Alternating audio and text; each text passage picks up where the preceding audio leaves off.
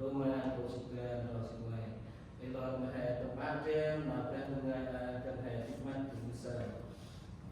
Betul ai kalau mai temu kadang mai hot jungau tempat mai ni berat ramai tapi ni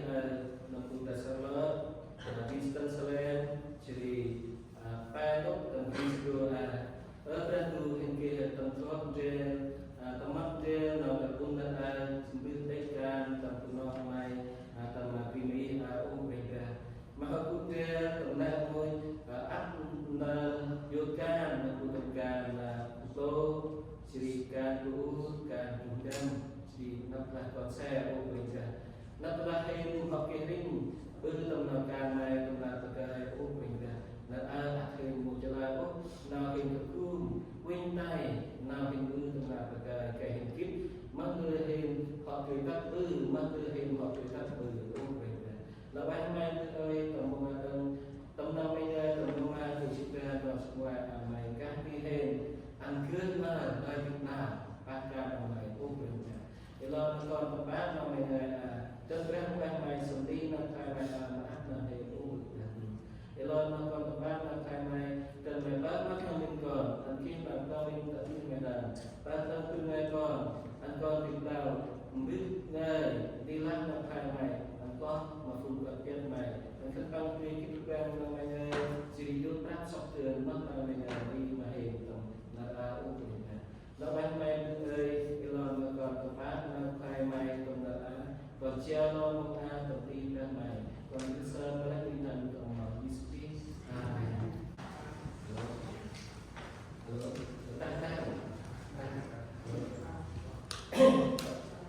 jadi kalau orang itu kalau bukan pembantu, nampaknya bukan tinggal pada hasil kerjaan. Dua tahun, tahu, angin hamsuan minggu pada tahun mereka. Ya, telah ini atau kota total hasil membuka isi, ya, mana sih dua tahun, tahu. Cerita angin hamsuan kena akan menjadi dan sini pada tempat jadi bu kita dia nanti mahal tempat asi anhai kena akan menjadi dan situ lah hati dia tempat jadi kalau perlu hantam nanti kita terwai sih kena kau naik kau naik sini nanti wai teh harus tempat dia tapi mai teh kena home ba bao chúng ta không ba kena ngoài nó chỉ cười home cái sao nó vừa cười cười mất nào bằng kia rồi nó cười nó vừa tầm năm ta của em gần hết tôi ăn chip ăn đá hay mà yêu quá lao nào đang du đang tentang lagi tentang sang lagi tentang beradu apa kalau dia beradu bangla matilah berandulah matilah tentang koper koper koper kubu lawan main soi cơn hoặc kênh rima kênh sa lúc này nông sản yang selalu kenal berandu lah matilah kubu lawan main soi cơn teman soi cơn cái vấn đề sợ tầm này biết cái sợ là vui vẻ cười bằng cái lò bằng soi cơn cái là nó được cái do là cái tập trung tâm nào càng này tâm nào càng này tu na cái bằng ra cái đưa lúc tập trung được càng này chỉ tập trung được càng này nhớ bằng cái đưa xem mà nói bằng xem mà đang tư tâm và ưu còn cả nên sao là lo lên nào bên người và làm gì mà là buông nơi mà chơi cơn nào học kể rima trên đường lúc từ nay nó xa nên sợ chơi cơn nào học kể từ làm chơi cơn nào học kể ở má tử hay gì trên đường nó sa xem nó đây là bằng kia rồi jadi nào rồi yang dah cuk biarlah salah kedua dia tubuh nào đây mà trôi từ nào kèn lima tiga lúc từ này sa tâm nào hôn kemudian dan tâm nào hôn có juga ada semuanya pernah gunakan memang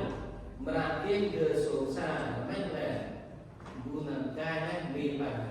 merakit ke dosa memang di mana hanting bunyi tahu jika partner kita bunyi ke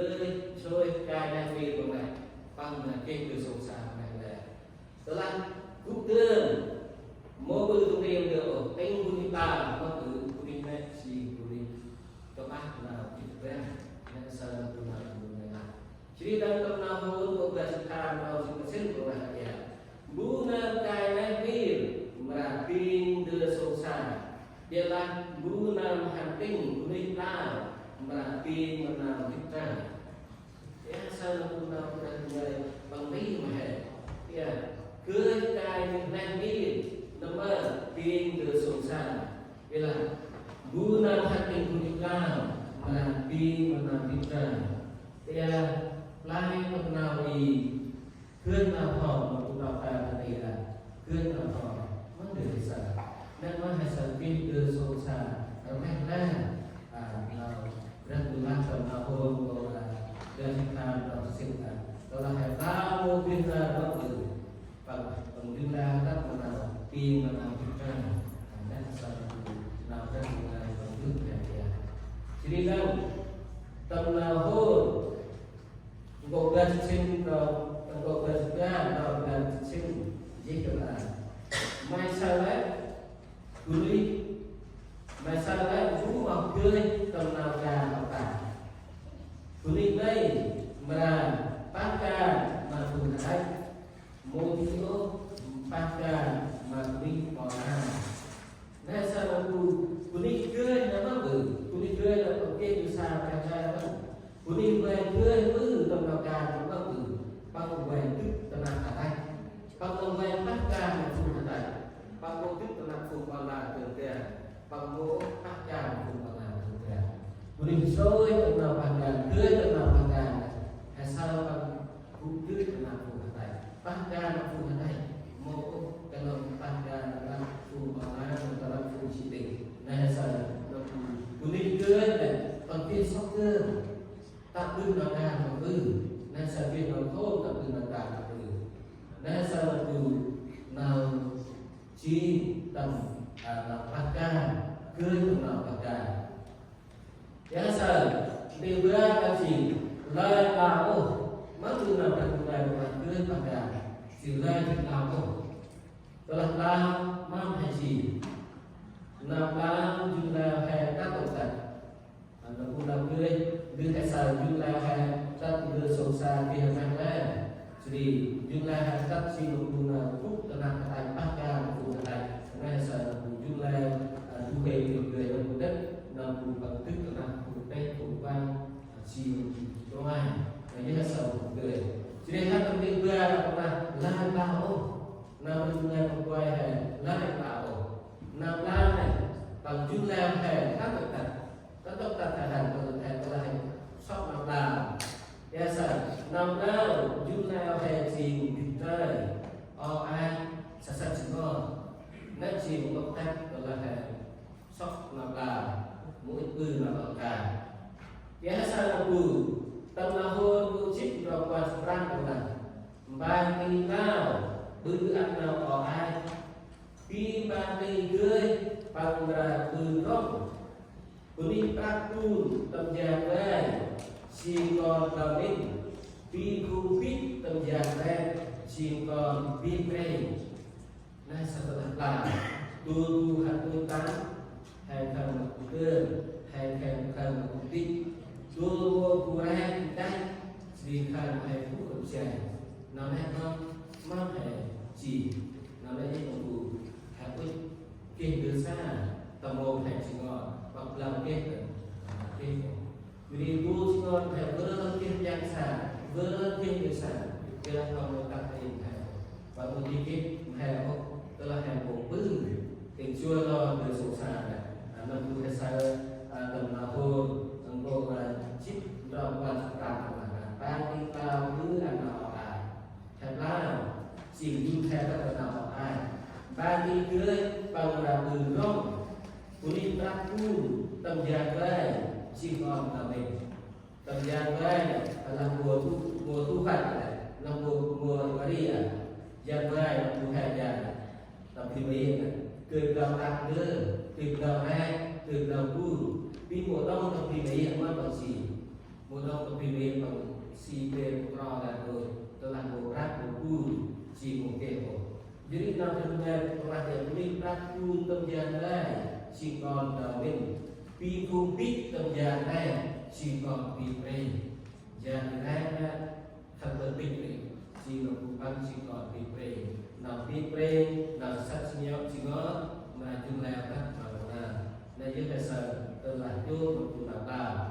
tầm nào vô cũng sẽ bè nào quan bằng là núi thân của mình là khi nào cái việc làm vô kết ô đời của mình ta là có kết nào cả cái kho cùng cái nào cùng cái cùng đời cùng cái đi xe cùng cái này đời cùng biết là bằng một cái đời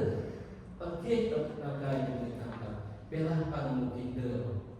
này sao mà cùng chúng tôi làm ta ước rất nhiều mong rất nhiều nhưng không được gì này sao mà cùng chúng tôi làm chứ đâu không phải pi mà về của mình cưới mà cưới kết ác điều đời nuôi thằng mình làm đây ác điều đời là vô tiền ổn pi mà về của mình cưới mà cưới kết ác điều đời về của mình cưới nuôi thằng của mình cưới nào anh mình cưới này bằng tiền kết ác điều đời nó được cũng biết được bằng tiền kết là may mắn nên sao là cụ là lúc ta cưới của mình cưới chúng mình theo ý như nào cưới thì nào là theo ý thành tất của đây là vì là vẫn hay sao là một cái là buồn mình còn cười như cái là buồn mình còn ham cái còn chi là kết mình là không bao thêm là vẫn ắt mình là đừng cũng là hay sao cái nào cái tụi này là tầm nào hôn bộ chụp bài nào hoàn là còn cái tiền sản là một cái kia còn cái tiền thật sự có một cái kia tâm gian của mình phải phạt vô này thì tôi Jessica bắt vô ăn tất tiền của nhưng mà nặng từ còn cái thằng ngon vô cũng là nặng ăn từ tập gia đang ra cái đó về ra cái đó mình sẽ ra ăn tất sẽ vì là nặng từ bằng cái thằng ngon là từ có từ này từ từ nào từ này là cùng lao này và làm lao là từ của làm chim cỏ bị bể bằng biết tầm một cái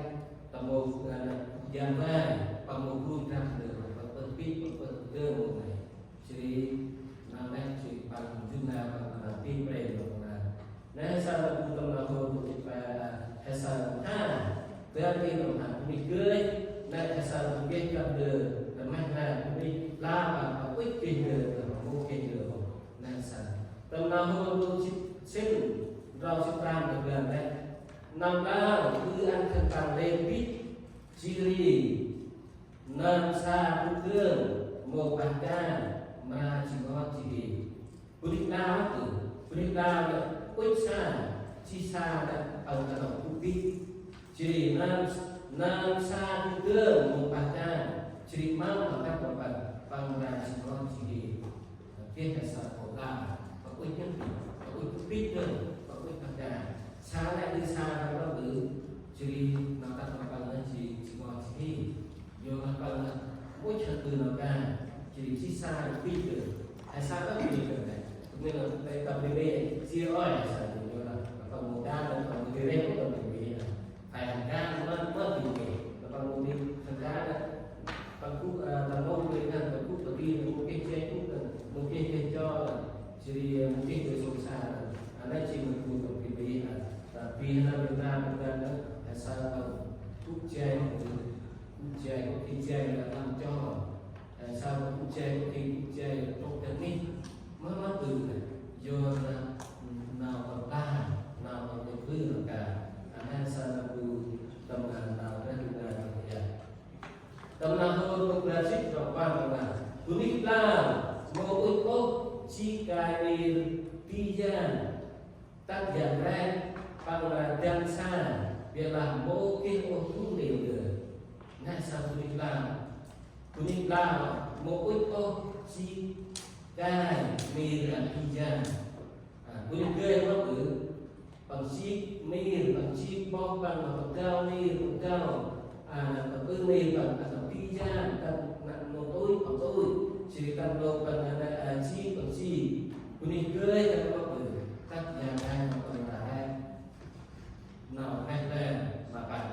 từ lần đi một cái mi tí ra nó bắt từ mà mắt làm ra mà bạn ya sa na bunda là ni tao mỗi cái mi tí ra atas saja raja bằng là đang xa việc làm một cái công việc cái sản la công việc tác gia ra việc chuyện việc nhưng mà bạn đang xa việc làm một việc thật ra này cô đi kiểu nó sợ là cái tươi bạc hà nó mới hay bị kia tức là hay plan hay một cái cổ nên sao nó cũng không nên tươi bạc hà nó được một kiểu là trôi từ đi ra và đi ra chỉ các công gia hay những còn là chết của bạn nên ba là một bước đi ra và công gia bước đi vào một bước này chỉ các gia đình của em này phù hợp vì làm ban waktu bang siswa naik ke sana telah duduk maka hari tinggal maka cerita kisah tentang Nahor dan untuk gas kuai atau gas kamar pengat naga itu kita ucapkan bang jolah ke ahli bang murid akan naga tak kita batu naga sing ucapkan pengatur jolah ke ahli bang murid akan karena asal naga itu kita naga mereka tak kita pengatur naga kita sing ucapkan jadi nanti waktu mau berunding ke nanti singkat nanti asal tu Islam sebentar. Tam sebut nanti yang mana sebut nanti kau ini kau juga mungkin dia bodoh. Sebut nanti mana? Jo apa? Tinggal ni tu bang. Jo tinggal tam angin tu. Nay sao tu nào cắt mà mình cả bằng một cái từ sụt sàn bằng sự sạch sinh ngờ mang tên được có ích bằng một tí kia chia đi đang nhìn cũng chạy cũng bằng một cái chạy bằng gan cho chỉ đi mix xa không đi chỉ bằng một cái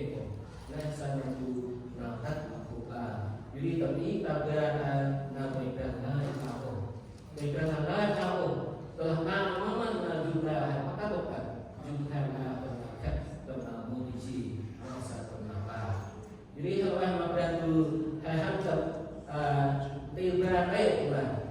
ăn kiêng tham xoan truyền hơn bác ca ho mà bệnh đó đã xin tầm lòng ship mà ngoài về là ăn kiêng tham xoan minh truyền hơn Paman tham xoan minh truyền là ya asal aku kiêng tham xoan minh truyền là ya asal xin aku kiêng làm rồi tầm lát đưa hai đưa hay kiêng làm rồi hay kiêng làm tập kiêng hay kiêng làm rồi hay kiêng làm rồi lắm nữa lại ngồi đưa hai ca là si là ngồi đưa ca là bằng từ ngồi bằng vị si đó là hai bác ca những kiêng làm rồi không có từ bu ca kia hay ca kia là chữ tăng đô vị si là hai từ lai hay chữ tăng ngô ra là hai kiêng ra là hai một tí kiêng rồi đưa hai minh lúc nào kiêng là hai chốt làm rồi này đó mà hai người kiêng làm đưa kiêng mà hai nên sao tìm ra đây ăn kiêng tham xoan những kiêng là pasca không berbeda. Anti persoalan mungkin asing mesuai kena hargai dan guna dan dengan belaka ialah mesuai na hargai nama mungkin besar bukan. Jadi dalam tertentu teman mesuai ada hadirat mesuai nama lain dia berbeza bagi kita bagi kita bagi kita pada asal nanti có bớt đọc hàng và quét chút tu tiền ca quanh lên tam sợ ca đây còn là quét chút tu tiền ca quanh lên tam sợ ca đây lục tam hai ca này hay mình là dùng xa từ ra là bộ hay xa hấp cũng là chia chụp của nó hay ca này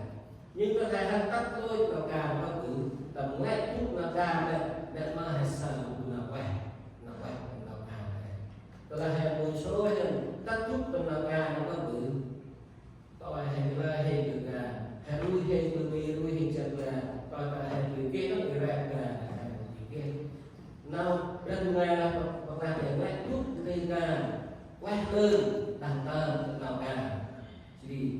bữa nào thì cho con gà cắt lại chút này nó mắc đường bằng là sợ bằng sọc đường bằng dùng là quay và bằng một cái sọc đường là vậy sau đó thì hai mươi cương nhiên chơi gà nó thành ca và công ty nó lại đi đến gà thành ca tắt thôi này và cái sọc đường là khô mài rờ vì đi sâu lúc nam đi của bên đồng hàm là ngay chút tên ca quay lên làm sao làm ca này nam suối quay lên mà nào sư nào quay chút mà ca mà quay lên tận đồng ta mà ca nào suối quay lên mà nào sư tại sao nào sư nó mất bự nào sư này tầm nào ra tất là tầm nào ra này kia tì tâm năng sẽ được tầm sư sẽ được tầm đêm sẽ được tầm tây tầm nào ra kèm mà chi kèm mà quay bây giờ quân sư nó bự quân sư này còn biết ốp nào ông đồ sư bao nào ông đồ đêm bao tây bao kèm quay mà cả còn biết ốp nào này là còn mình là tên tên nào là biết cơ còn biết anh tên nào quân sư tên nào quân tây tên nào quân gai còn biết ốp này bây giờ nào tên nghe mà giờ nào số quay lên mà nào sư nào số là sao nó bự mà ông đồ tên mà hay số tên nào quân đây này bao nhiêu nó quay hay là từ là nào cũng đây kia mà hay một số tư nào cũng đây kia nào đây chỉ làm sư được làm sư này đang làm một người bằng một chi là vì cái nói số này nào đây như chỉ làm từ đang được một người là bằng từ chi bây giờ vì bạn mình là tâm làm số này mang hay sao là cũng biết sao là chơi các thi bằng ra phải bằng hành vi đủ cái sai chi nóเป็นhành vi đủ hành cho nên nó chia là ra ba con cũng hờ là nó biết là ra biết là nó chụp na vô là chỉ là ta một cái ta rồi đầu tiên là cái lợi nhất mình là chơi cái ra bắt được không cười nên sao nó bù nằm sôi tầm nào càng mình cả tức là cái là nằm sôi tầm nào càng mình ra là cái mình là hai một thì ra nằm bù gương ibo bằng chỉ cứu về nằm gương bằng cụ thể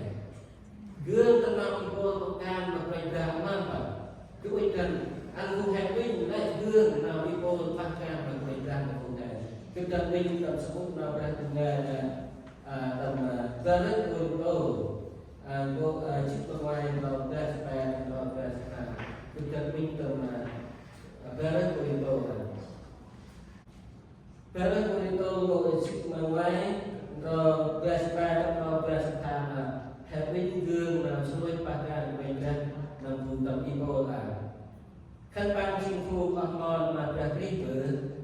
kengai membutuh di rumah, quay lên đặt thành bằng lân, họ pakaian họ pegang ắt lên, ru ắt lên, tuong ắt lên, ắt cười mà thích. Tam tức phù du đa, cô tức mà bằng xe ác tức tù măng chìm tông quan chìm tức ba tức phù tua mà măng tu tức phù lúc mà lúc ba tức ngâm tầm cùng ban tu mang tu na xe cô tu tầm cả út tầm ắt nào hạt to cứ mắt nào yên hít ta cả to nào yên hít ta phù đông nào yên hít ta phù bằng là cực na nào yên hít ta phù của đấy nào yên hít tầm còn đấy nào yên hít tầm biển ra nào yên hít ta đẹp bút nào yên hít ta phù lát long chìm ở đâu từ nào phát gây ắt tự cực ở ngang mang chỉ ngó chỉ hi ắt tự ắt sâu xa chỉ cắt chỉ go cũng sát thư đây là gói lát nào tên ắt na cứ berbeda malah kuning ragu yang mau besar kalau hai hai dah hai tương nằm sôi do phát càng phải đặt hai mua họ tươi ốt tắt nằm tù gặp ipo tương đất nào để đi và phát càng phải đặt tương nào phù nhúc tương nào phù trung tương nào phù bắt tương nào phù tình ra tương nào phù ông lâu ra tận làm chim ông lâu cái hàng láng tận chỉ tương đang nằm phù là tắt tương hít và to tập trà út và tập trà to chỉ pola to tập trà to và tập trà điều ra chỉ áp tiêu nào hít tại cũng còn là quyết định khách bằng tập trà đơn từ đó học kênh áp tự thực ngày mà chỉ có chỉ đi áp tự ăn sâu xa chỉ cách chỉ vô cũng sạc từ này sao là cùng là cái cô trời là nét chúng ta mất được của trời này em đang coi cách là em áp na cái bề bên mà nét tôi cùng đi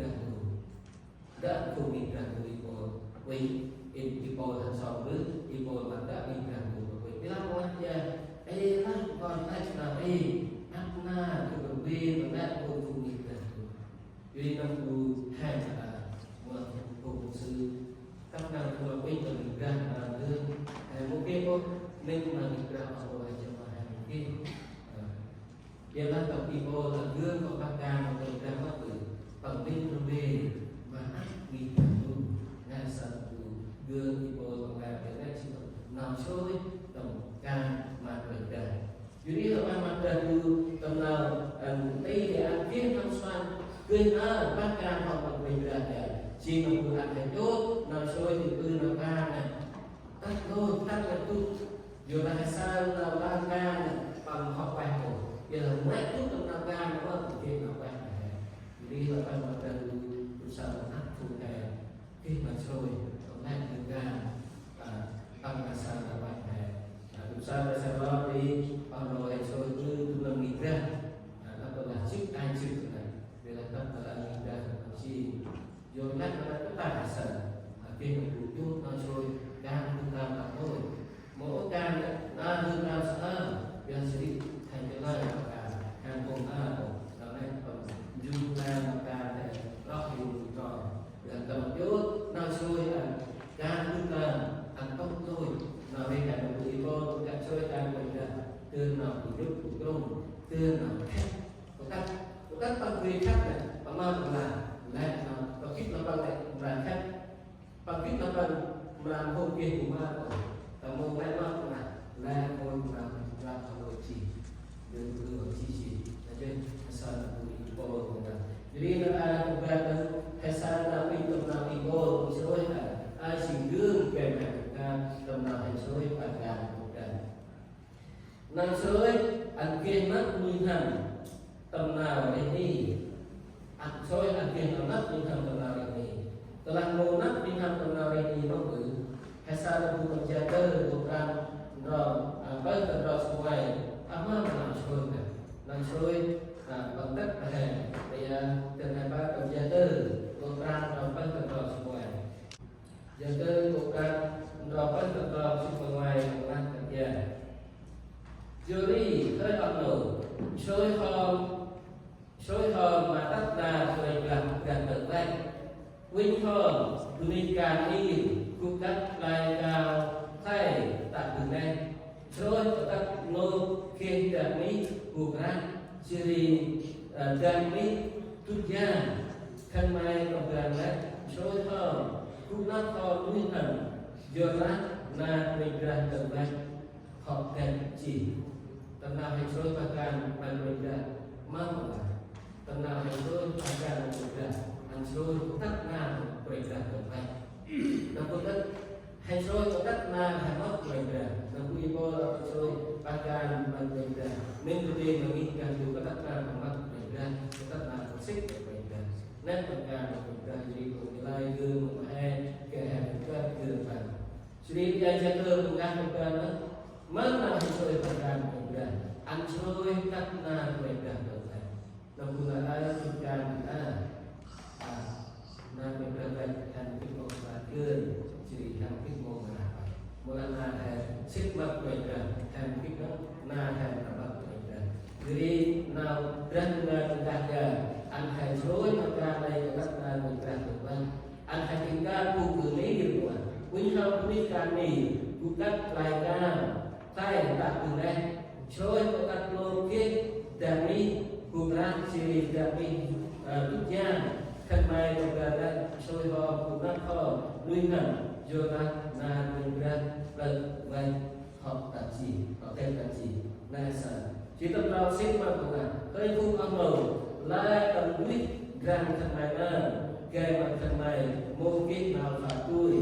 ri nam phạt tôi tu đức là bùn bồ trong nào hay phát ca đồng ý ra tù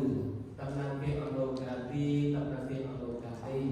tâm năng hà la bốc chìm mình tham tôi tiền âm đồ này chìm nào tầm túi tiền âm đồ này và là đi hay là đồng chơi rau và là đi hay chơi rau ra một tí này một tí ớt một khúc và đồng là huy tổng năng là tổng chỉ đi giờ nào đang nghe trong mặt giờ đúng là hơi phút ban đầu ra tâm quyết rằng thằng này là kê mà thằng này một cái nào phạm sự là hai tâm quyết ra hai nào mất tự thầy tương nào phạm tư là tư bảy ra này đó là thầy một cái tâm quyết ra thầy nào mất tự nào là thầy ta tư nào bảy ra phạm tư này vì cái mà là tâm quyết ra hai nào mất tự hai là tương nào có ai là phạm tư này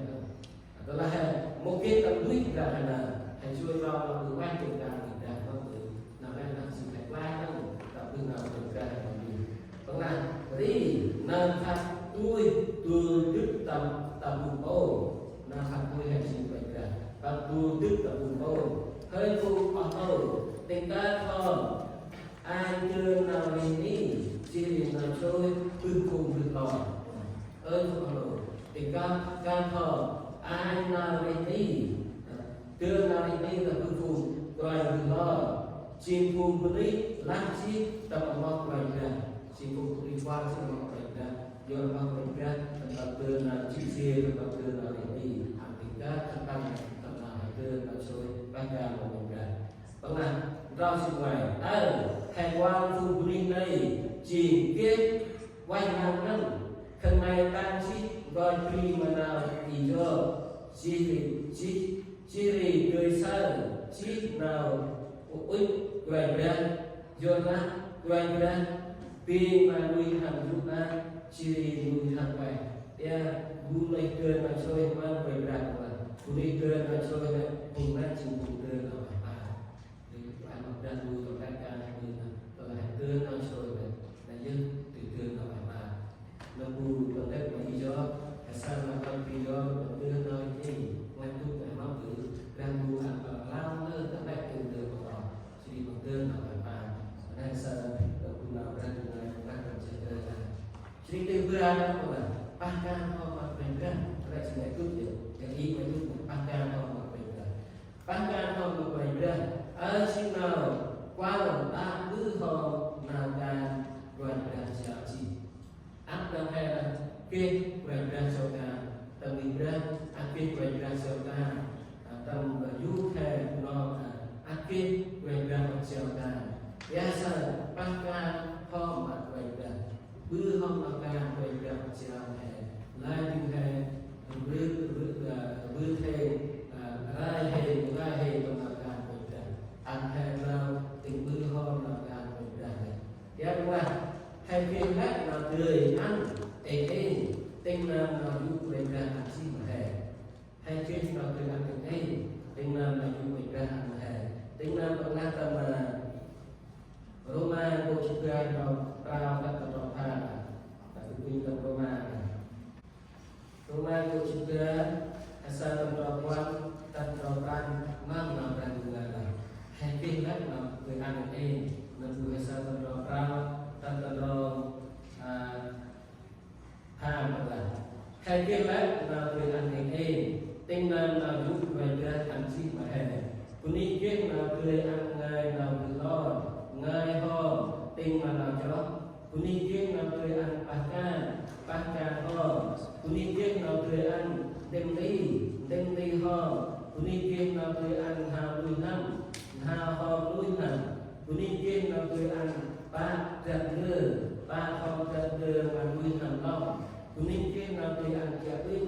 cười chả pin ho tụi ní kia nào tụi ăn bư nào ăn người giúp bư ho mà nào ăn để áp tiêu cả là đang buồn chào ê là áp năng ca là tương ăn hạt bư ho nào ca là tương phải tương là nào đi lắm bằng đi lắm ho phải tương hành cô lai cu hành cô lai ho phải tương chỉ nào ăn nào giúp mà cùng bư ho phải tương nào ngày bư ho nói ho mà nào ho học ra jadi lan quanh ra là các bạn nằm bù bằng lát đơn tầm lô ba cô chích ra nó quan là nó ram mà bằng lát vậy nó quan là nó ram bằng lát vậy tầm ra tầm tu sạch sẽ hay kể ăn cô sạch sẽ chỉ lại cô sạch sẽ mô kết đều tu nào cả hay là ăn cô sạch sẽ là bằng mô kết đều tu nào cả bằng em nào cả tầm ra đấy hay kể ăn của đi về làเราchỉ tu sạch sẽ tầm ra đi ăn nuôi tàu he chỉ lại cô sạch sẽ ra cụ thể lại cô he là chỉ cô sạch sẽ ra đi chỉ cụ thể jadi ban nhà nó bây giờ nó ăn từ nó cũng được cô sạch sẽ là bây giờ bằng bát đi chứ bằng bát chịu chỉ ngu bằng bát ngu mắt bằng bát mặt tôi nó bằng thầm nhật rồi là ngu bộ phận nào bằng sạch sẽ là bằng một cái bát bát tử nó lại chỉ là ở bên là chứ là chúng ta bắt chúng ta cô nó tự rồi bên là bây giờ chúng ta bắt chúng ta cô bên chúng ta lại cô có sạch sẽ là phải bắt tự đi cứ mà lại sạch sẽ gì sạch sẽ ngay sạch sẽ ra sạch sẽ là bư lại được jadi tekan pegang tekan dengan pegang siapa mungkin keadaan di sini kekuat bacakan luar itu ber kemudian là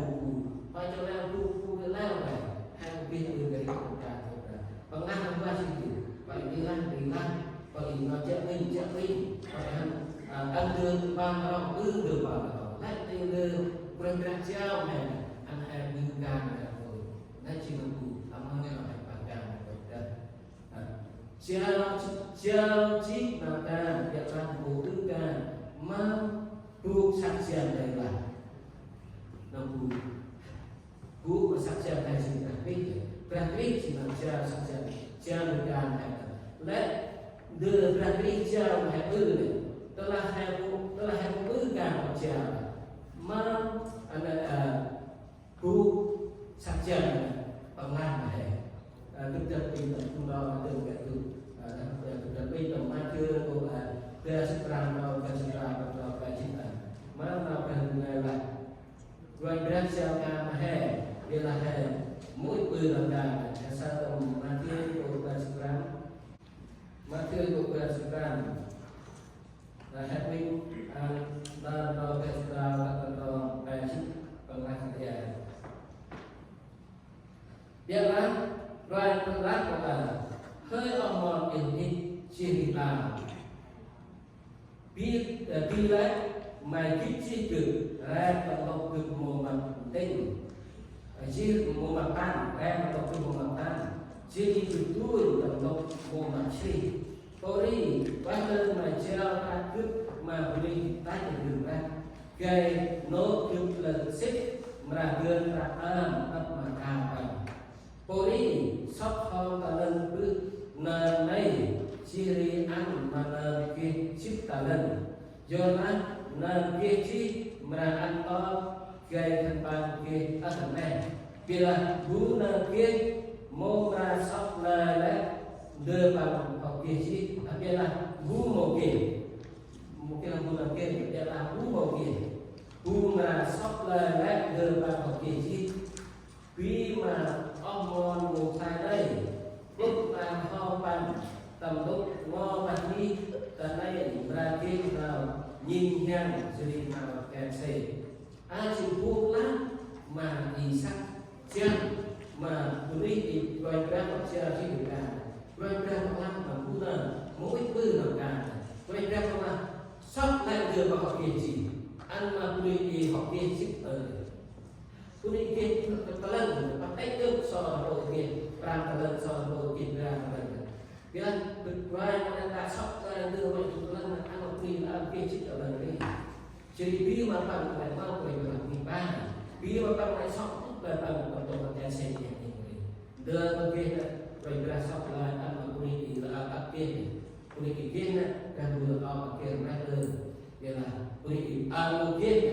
là mà quay về sọc là đường bên kia ăn mà kuni kia thì chỉ bằng nó bắt tự tốt tổng tổng cái xe gì này nên chỉ là quay về xe người ta hay đầu tư chỉ mà cứ vậy đó anh mà hệ nào phạt tu tất mà hệ chỉ vậy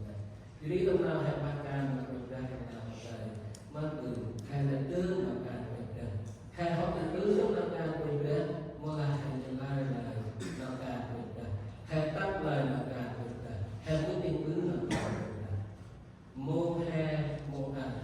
chỉ mô hồn cao ba ca mà vậy đó